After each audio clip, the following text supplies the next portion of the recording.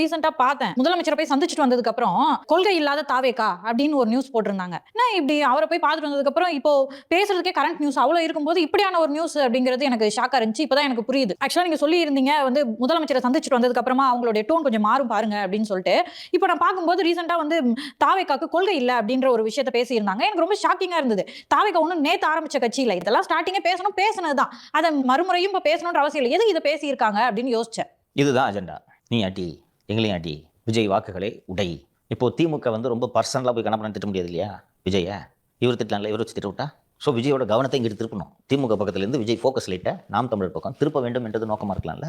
இது மியூச்சுவலி திமுகக்கும் நாம் தமிழருக்கும் பயனளிக்கக்கூடிய ஒரு உறவு தானே.